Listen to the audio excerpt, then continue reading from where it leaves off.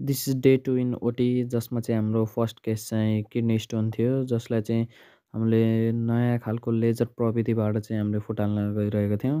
यो दोस्रो अपरेसन चाहिँ प्रोस्टेटको भइरहेको थियो, जसमा चाहिँ 70 इयर्स ओल्ड मेलको चाहिँ पिसाब फेर्न गाह्रो भएर बेड एक्सरे गराउँदाखेरि चाहिँ प्रोस्टेट सुन्निएको भनेर देखेपछि हामीले अपरेसन गर्न थालेका हौँ।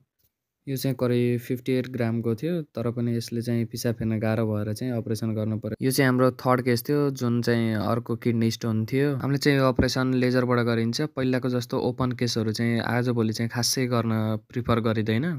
हाम्रो अर्को बिरामी चाहिँ पिसाब नलीमा पत्थरी पऱ्यो भनेर आउनुभएको थियो। उहाँलाई सिटी स्क्यान गरेर हेर्दाखेरि चाहिँ उहाँको दाहिनेमा हुनुपर्ने सबै अर्गानहरू देब्रेमा र देब्रेमा हुनुपर्ने सबै अर्गानहरू दाहिनेमा रहेछन्। यस्तो केसलाई चाहिँ हामीले साइटस इन्भर्सन भनिन्छ। हजुरहरूले क्लियरली यहाँ के छुटाउन सक्नुहुन्छ भन्दाखेरि राइटमा हुनुपर्ने हाम्रो लिभर चाहिँ लेफ्टमा देखिन्छ। यो चाहिँ one of the rare genetic condition हो। यो गर्नलाको प्रोसिडरलाई चाहिँ हामीले सब एरेक्नोइड ब्लक भनिन्छ, जसमा चाहिँ हामीले ढाडमा सुई लगाएर चाहिँ छातीभन्दा तलको अपरेसनहरू चाहिँ हामीले यसरी गर्न सकिन्छ। यसमा चाहिँ बिरामीलाई होसमै राखेर चाहिँ छातीभन्दा तलको अपरेसन गर्दाखेरि चाहिँ दुखाइ नहोस् भनेर हामीले यस्तो प्रोसिडरहरू चाहिँ अपनाउने गरिन्छ।